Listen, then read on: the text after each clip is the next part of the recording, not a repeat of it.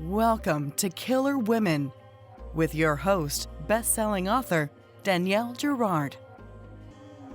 And now, Danielle's next killer woman.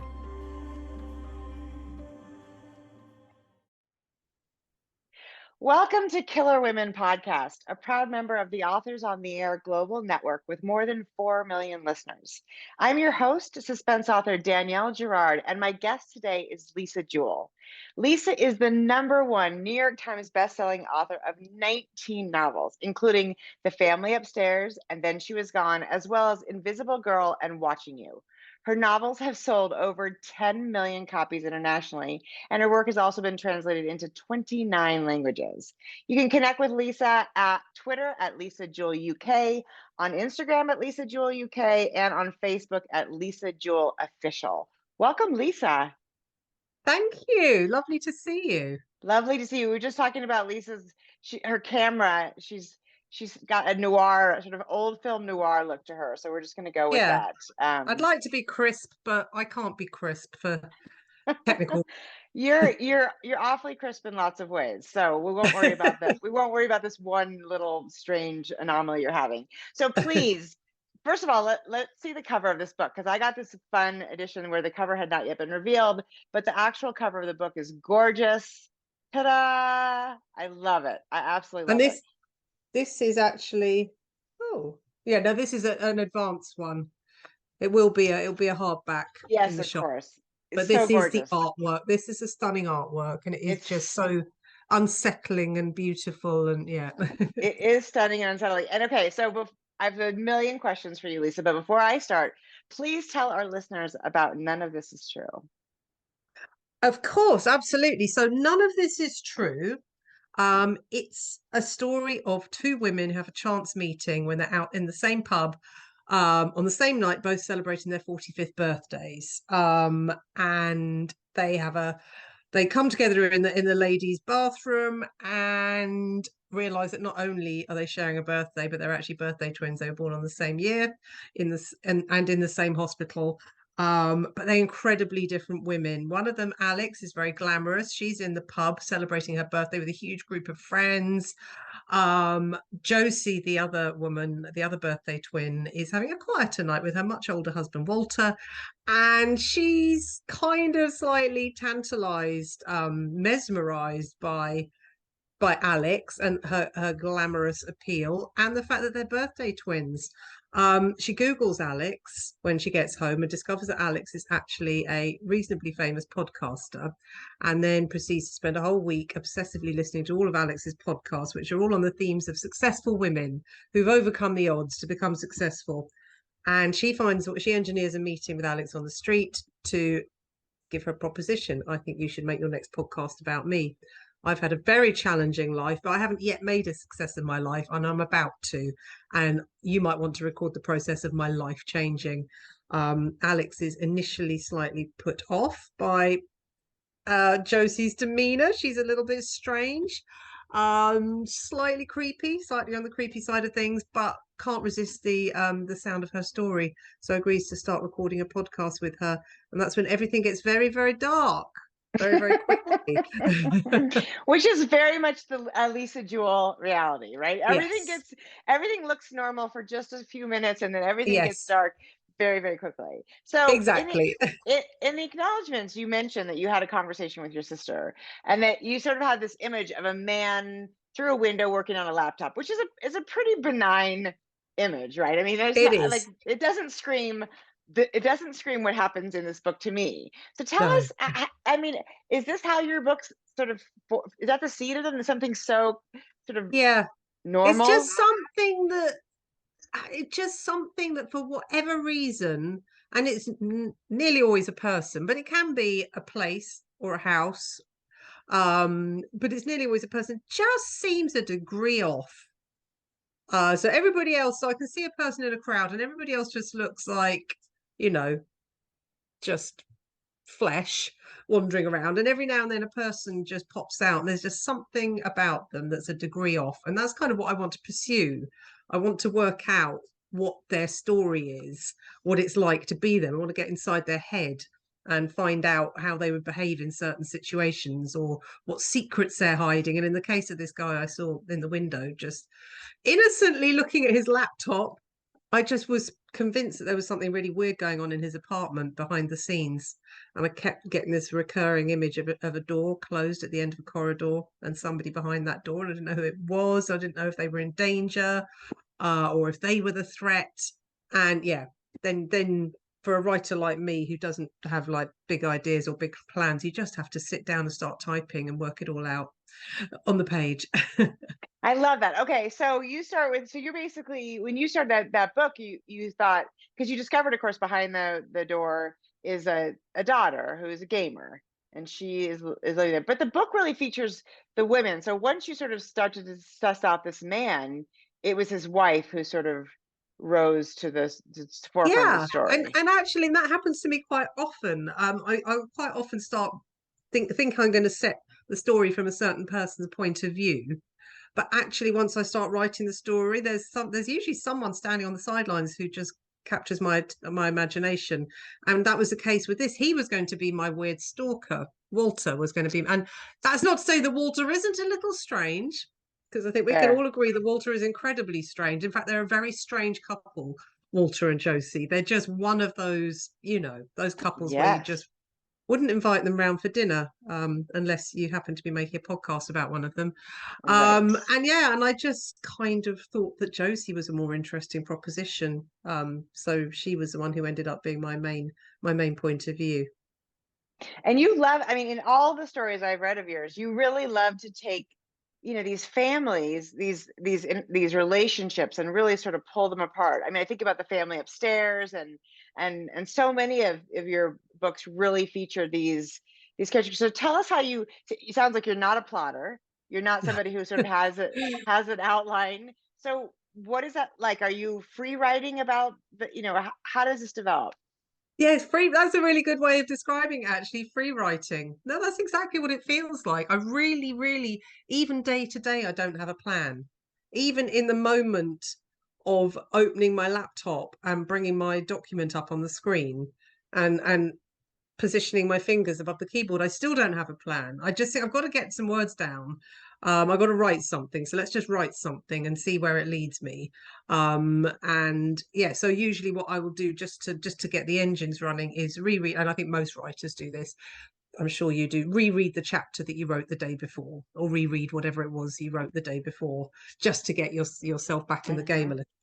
And then it's just time to start writing something else. And honestly, in the case of, sometimes that can be like really, really hard work when you don't really know where the story's going. Right. And I find it much harder when I'm writing more functional characters. And when I say functional, I mean that in both ways. I mean they have a function in the book, but they're also functional in as much as they're reasonably normal people. But when you come to a character like Josie, or like Henry Lamb in my family books, Yeah. or like Owen Pick in Invisible Girl, or Right. Noel Donnelly and Then She Was Gone, those are the ones where when you come to your laptop every day and you don't know what you're doing and you don't know where you're headed, and they're the ones who really, really do lead the way. The weird ones are the ones who sort of inform the journey. And Whereas that's with the more functional characters, you're having to guide them a lot more. so really, I was going to say, because it feels very much like reading your books, it feels like those sort of abnormal characters, we'll call them, or the characters that are a bit off, or sometimes really, really off.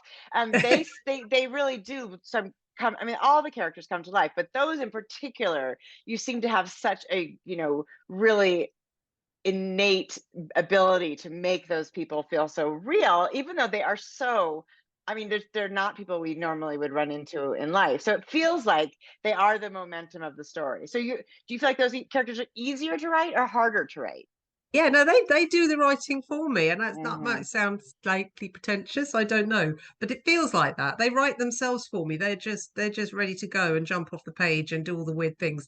There's a moment at the very so in this weird dynamic that builds up between Alex and Josie, the reader, because we're switching viewpoints between Alex and Josie, so we're seeing Josie's private life whereas Alex is only seeing what Josie tells her during their podcast interviews. So the reader is much more of a witness, or has much more of a sense of how dangerous Josie could potentially be, or how dishonest or untrustworthy she is. And there's a moment, and I wasn't quite sure how this was all going to work out, and there was just this absolutely pivotal, informing moment for me when I was developing the character of Josie, when she's just finished her first episode of the podcast in Alex's recording studio. And she's very well to do. She has a very generous husband who provides very well for her. And he actually built her this recording studio in their back garden for her 40th birthday present, which is very nice of him. And she has a little Nespresso machine in there for her guests, and a jar of coffee pods. And I wasn't expecting Josie to do this. The reader would not be expecting Josie to do this, and neither was I. She puts her hand in the jar, takes a coffee pod, puts it in her pocket, and then the next scene is her going home, taking it out of her pocket and putting it in her underwear drawer. And it's just right. And I wasn't quite sure what she'd just done, or why she'd done it, or what it meant. But it was it's just the minute she did that, I thought, right, okay, let's go. That's right. And it is so telling. And then of course, over time, she get, that is a behavior that escalates. She's, it so identifies her as somebody who really covets Alex's life. And that's a way of obtaining a little tiny piece of what she, this Yes. perfection that Alex has. Yes, which obviously escalates. Yes. It's a small starting point for a situation that escalates. Quickly. Right, quickly and very dramatically. Absolutely. So I always read the acknowledgments, because I always think that there's always so many fun gems in there from I often sometimes read them first, and then occasionally I did that with Gillian McAllister's last book, and I don't recommend it because it does do a bit of a I've read it. A bit of a giveaway. And so not always thing. not always is that a good idea. But in yours, I noticed you really talk so much about how different this book is, and I'm going to read it because it's so fun to read, to get this insight from you. You said you'd think that 21 books down the line you'd have a handle on how you write and how things happen and what it takes to get a book onto the page. But like children, every book is different, and everything that you learned writing the books that came before it counts for nothing when you're confronted with a new universe to corral. And thus it was with this one. I didn't know I could write this fast. That I wasn't doing the things I normally do, like creating a dual timeline or time frame or flashbacks. Where are my teenage points of view? I kept thinking, where's my male character? So tell us about that, because that sounds, it is true that we think, we've done this. We know how this works. Yeah, and I don't think of myself as a formulaic writer, but it made me realize that there are certain things that I do every single time. And that is to have a teenage point of view, that is to have a male point of view, that is to have some amazing house, that is to have a split timeline, that is to have maybe some form of flashback or something. And I wasn't doing any of those things. And I in fact, if you're very observant, you'll notice that there's a couple of chapters in the middle of the book that are told from the point of view of Josie's daughter. Because that was a panic thing. That was what if my readers don't like this book because it's only got these two middle-aged women in it? Maybe that's not, but people read my books because they want more than two middle-aged women. But I don't think that even I don't think anyone would even notice that. So I did feel a little bit out of control. I did feel a little bit, because usually, and I think it's because I wrote it so fast as well, because I usually start off so slowly, and part of what happens while I'm writing those the first third of the book incredibly slowly, is that sort of unexpected things happen, and that usually means that a third or a fourth character will come along. But I was writing this so quickly, and the energy between Josie and Alex was so intense. Yeah. There just really wasn't room for anybody else in the story. There was no need, in fact, for anybody else. Right. So the only thing that I felt that I needed to do to it to really, I don't know, make it a more propulsive read for the reader was it's broken up with these little clips from a fictional Netflix documentary series that's made about the events of Alex and Josie's podcast 2 years after the event. Right. So they're not quite they're all flash forwards. They're just tiny little scenes. Mm-hmm. seemed, I think that gave it enough to stop it just being two middle-aged women. Well, and of course I'm a middle-aged woman, so I can't complain I, about that. But I do feel like it gives it also that little bit of like, it's there's information in there that you don't know yet. So then you wonder like, wait, how does that happen? What is that about? And that is, you're right, it does create momentum. So as you wrote, I mean, I love it. So tell us how long, give us a sense for how long it takes. I know what you're saying. If as you're not a plotter, those early chapters really set up everything. And so if you don't know the yes, characters and you get too far, you're kind of screwed. So I totally yes. appreciate that.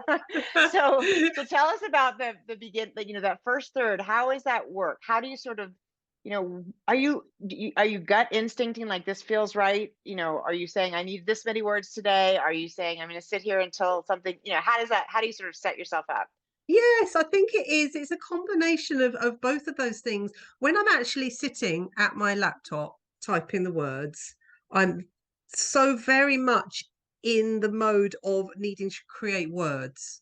That's what I'm doing. I really am doing it. And I don't know if you're the same. I don't know how much time you spend looking at your word count going up, or highlighting the amount of work you've done that day and checking whether you've hit a certain number of words or not, rather than going on feelings. I don't go on feelings. I want the maths to tell me how many words I've done.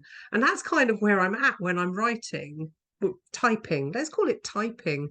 Um, and then the other stuff happens when I'm not typing. The sort of Hmm. the other stuff happens when I'm walking the dog or I'm in the shower, and I can sort of see it in a more three-dimensional way. Doesn't feel very three-dimensional while I'm writing.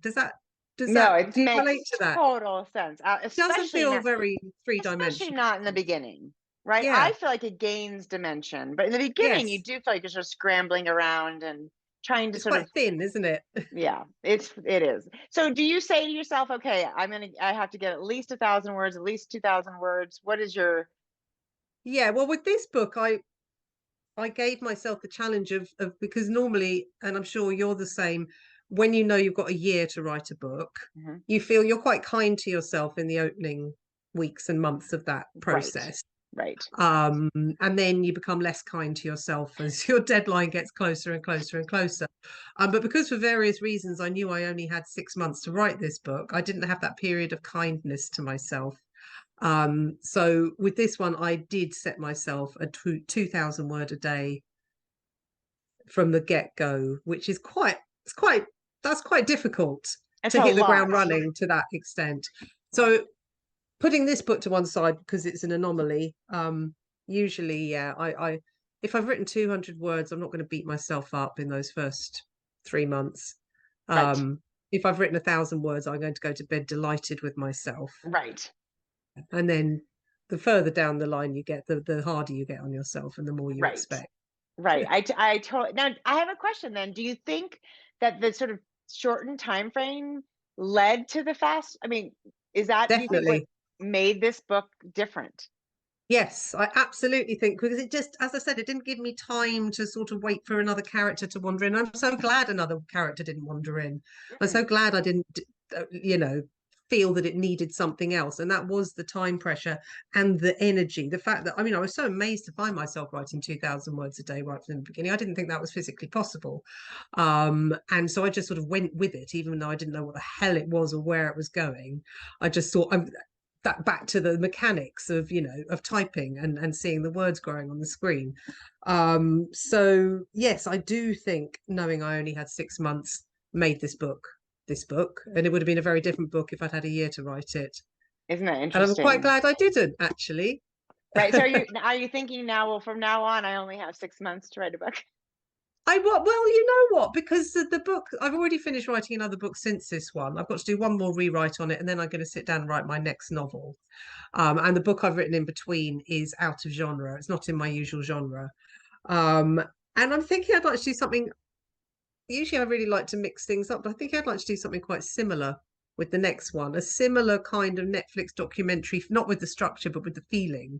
Hmm. And maybe I should do that. Maybe I should give myself 6 months, see if I can recreate the it doesn't work like that, does it? No, I mean, I like the idea. I like Yeah. the idea of it, of course. But so when you're writing, I have to imagine that some of those, days are false starts, right? You read the day before and think this is not at all where this should be going. This doesn't work.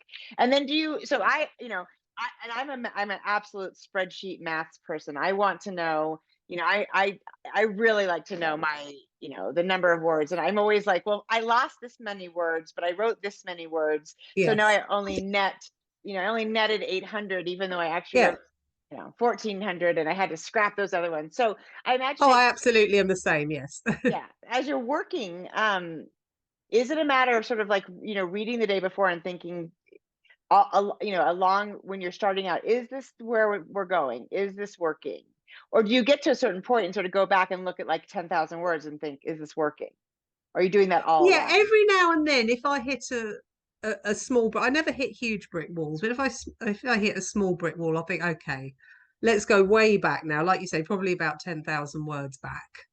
And let's really look at this in a less sort of granular way, and let's look at much more of the big picture of what the hell it is I've been doing here for the last few weeks. Right. And that can be really, really helpful. And another thing I found really helpful is, do you have anybody who reads while you're Well, writing? I do have somebody that's new for me. I've never Yeah, done it's that new for all me as along. well. And it's helpful, right? It's really helpful. I tell you why. Obviously, it's really helpful to have someone feeding back to you while you're writing. It has to be the right person. It can't just be anyone. And I No, have found the right person. But the other really good thing about it is it forces you to tidy up your manuscript. And as you go. it forces you to look at it and make it readable. And in that process of making it readable for your early reader, you can often see things in a much more sort of objective way, Yes, and fix things that you might not have thought to fix if you were just stuck on your own, in your own little world with it. So I yeah, agree. this I've I've done had that. two books in now, and it's good. I Yes, love it. me too. I'm just writing the second book where I'm working with somebody, sort of like sending chunks, checking in, sending chunks, Yes. and it makes a huge difference. This is such a lonely business that we don't really think about like having a sort of a partner in it. And yet when you do, that person bounce, and even just bouncing the idea, like, this is what I think happens next, and they ask one question and you're like, oh, I hadn't thought about that, right? Because there's so much you're just not thinking about. Yes. Oh, absolutely. Yeah. No, no, it's a really nice thing. And it is very important, as I say, has to be the right person, because Mhm. the wrong person can just hinder the process horribly. So if you're lucky Yeah. enough to find someone who absolutely brings the thing to life for you, then definitely a good. Yes.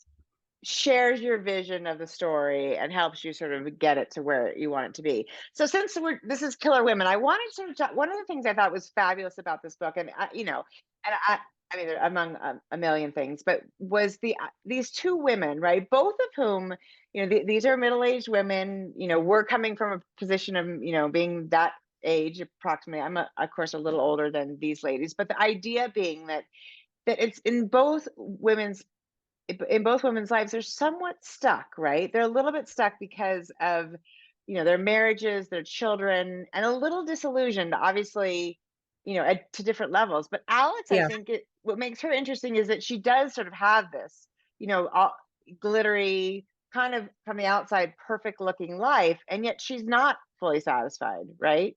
She is looking for Yeah. something else. Yes, and so there's two interesting things about that. The first interesting thing is that once Josie becomes party to Alex's life, and is in fact inside Alex's home, which is not a spoiler, Mhm. because Alex's recording studio is in her home. Um, you're constantly seeing the disappointment from Josie's point of view, who'd spent like 2 weeks looking at Alex's Instagram feed and imagining, just truly believing, as I do think a lot of people do truly believe, that some people's lives can be perfect. Some people actually believe that other Yeah, people's lives can be perfect. And she does. And then she sees that Alex's life is so far from perfect. Just things like she's seen Alex's amazing kitchen on Instagram. And then she's standing in Alex's kitchen and she sees that there's like crap all over the floor, that Alex hasn't swept the kitchen floor, and there's been the same piece of litter on the floor for like a whole week and nobody's picked it up. to the fact that Alex's marriage, which to anybody looking in from the outside would look glorious, is putrid. I mean, Alex's Right. husband is a binge drinker, and he goes out on benders, and while he's a good man and a good husband and a good father most of the time, every couple of weeks he'll go to the pub for a pint, and Alex won't see him for 48 hours. He'll just Right. disappear. Right. And Josie is furious. She's so Yes. so cross that Alex's life isn't perfect and that she's allowed these imperfections in her world because Yes. Yes. It's so in her judgment of Alex yeah, is she's so, so judgy, isn't she? Yes. yes. And that's very powerful because, of course, she has managed to make her own life into a fantasy in her mind. Yes. And so it's Alex's life. And she's puts quite a bit of pressure on Alex that Alex does not miss, right? About Yeah. sort of, in that I find is really, really interesting too. And then the idea of this, we know what it's like when you've got a house full of children and and it's not, there is litter on the floor for Yeah. a week at a time. So it's but she really Yeah. gets No, under it is. Alex's skin, Yeah, absolutely, absolutely, yes. And as yeah, it and there's the would. thing that so Josie's older daughter, Erin, who's 23, is a gaming addict, or just let's Yes. just call her a gamer. Yeah. And then she feels bad about that she's allowed her daughter to become a reclusive gamer. But then in Alex's house, she sees the little boy. He's 9 years old and he's on the sofa with his headphones on, Right. Right. completely glued to the screen in front of him. And she's like, "You're not so different to me."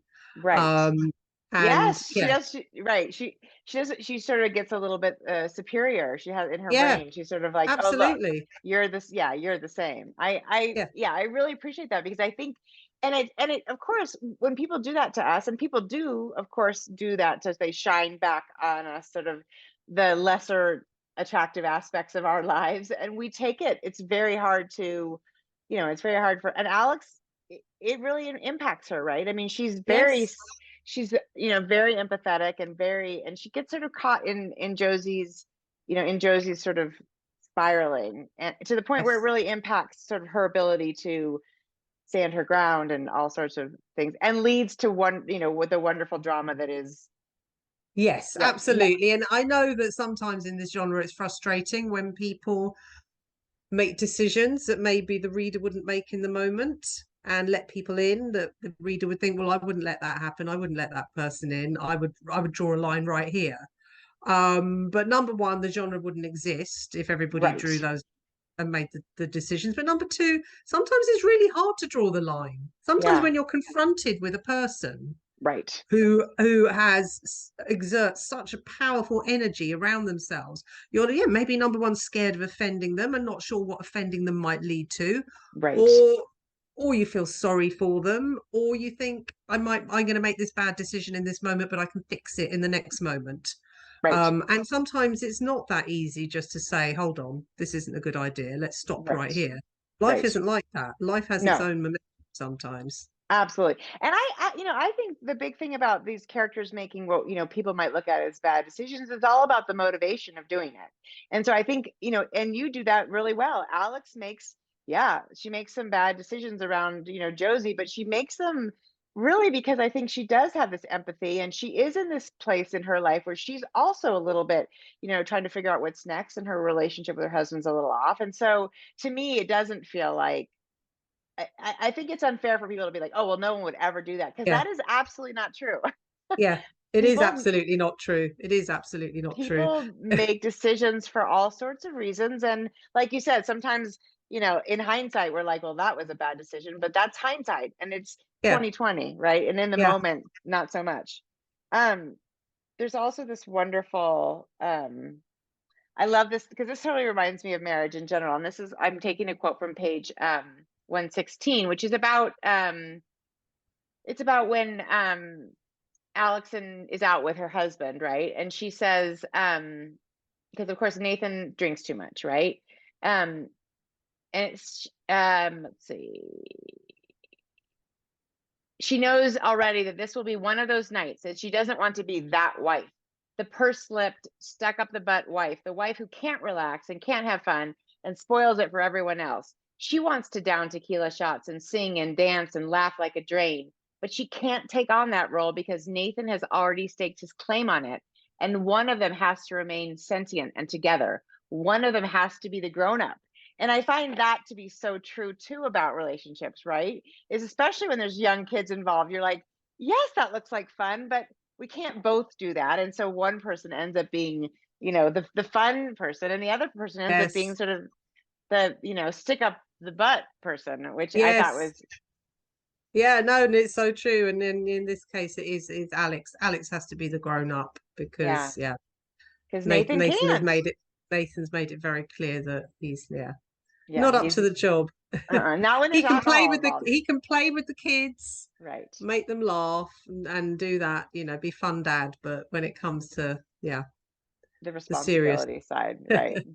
So one more thing you say in your acknowledgments that I also love is that you do sort of tend to pick up people from the world, that you sort of watch people, and like you said, strangers in windows and on the beaches and on the street, who spark ideas and birth worlds. And so you mentioned that they'll, that there are these people that you pick up who will never know that they just ended up in a being in a novel. it's so weird, isn't it? It's so weird. Yes. I think particularly with Owen Pick from Invisible Girl, I always think about him. I don't know. I mean, I really did write a whole novel about him. Yes. Um, yeah, and he will never know. And even if And he read the novel, he wouldn't do you know. remember? Yeah. Do you remember when you first? I mean, can you picture the man that this started, Owen Pick? Yeah, he was just so bland looking. He wasn't as old as Walter. He was probably only in his 50s. And yeah, he was just salt and pepper hair, bland face, ordinary, staring at his computer, minding his own business, not thinking there was some mad novelist walking past his window. I love it. I love it. Making up weird fantasies about him. That is, yeah. Well, that is fabulous. Well, it's true. So you better watch out if you see Lisa Jewell on the street and she's watching Yeah, you. act normal. Act no right. Act not. Yeah, act not bland or Yeah, do something wild and crazy. Although I think you could probably end up in a book that way too. So you yeah. never know. You may just end up in a Lisa Jewell book. So speaking of Lisa Jewell books, it sounds like you've got already something coming in the works. You said it's non-genre. Can you tell us anything about it? I know sometimes you can't. I'm not allowed to talk very much about it. I'm thinking at this point, because it's nearly finished, I'm allowed to at least say what genre it's in. Okay. And it is widely speaking, it's sci-fi. But the closer, because I'm rewriting it and rewriting it at the moment, and actually every time I rewrite it, it becomes more like a Black Mirror thing and less Okay. sci-fi. So Okay. it's got a real Black Mirror vibey thing going on right now. But I can't talk about it because it's a different publisher and it's a big project that they're launching and it hasn't been launched yet. So Got it. Well, that is really exciting. And so can you tell us just a little bit like, what made you want to do something so different? what made me want to do something so different was my agent phoning me up one afternoon saying, "You won't believe the email that that's just dropped in my inbox." And then he read it out to me. And it was an extraordinary, what can we call it? Should we call it a brand name? Okay. And an extraordinary offer financially as well. And the two things were just, I would kick myself forever if I said no to this, even if it is going to be a massive challenge and a huge sort of jump out of my comfort zone. And also that was part of it as well, jumping out of my comfort zone. I'm a big fan Mm-hmm. of my zone in every aspect of life. I love my comfort zone and I so very rarely leave it. So this seemed like I'd Was rather do this than cold swimming, let's put it that way. So Oh God, right. I know. Claire McIntosh and her cold swimming. I'm always like, you're a crazy lady. Well, that's yeah. fun. So that's why this book had to be written more quickly because you were fitting in this other thing. Well, Fitting in gosh, another book, yes. look at you Yeah. go. So you're gonna have two books out potentially next year. Well, I'm not because of various other tedious shenanigans that aren't worth Okay. going into here. But so, basically I've just shifted everything along now, which is good for my American publishers because it gives them nice big lead up to my publishing Yes. schedule now. They used to have a really tight lead up time, and Yeah. now they've got a generous lead up time, so it's good. Good. Well, it's good.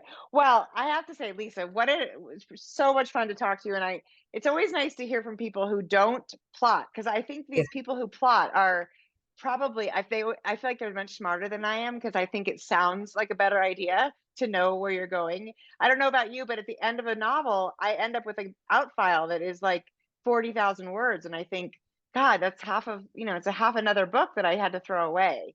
Um, exactly. Exactly. But but then you didn't spend 2 months beforehand researching and making notes and writing chapter outlines. And I've heard of people who've literally have written outlines of a novel that were 30,000 words long.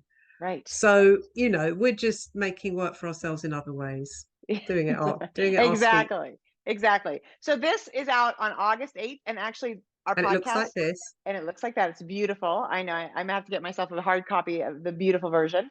And this is the podcast is airing today is your pub day, as we air on the Killer Women podcast page. So congratulations on pub day. Thank And you. for those of you who are not an automatic Lisa Jewell buyer reader, which is, I can't imagine there's more than a handful, you must try this. And then once you discover Lisa, you have a lot of books to dig in and delve in, because she is so talented and the books are so fun. And I just love this one, Lisa. So thank you so much for Oh, joining me. thank you for having me. It's been wonderful. So everybody, this was Danielle Girard on Killer Women podcast with Lisa Jewell and her new book, None of This Is True. We will see you next time. Bye.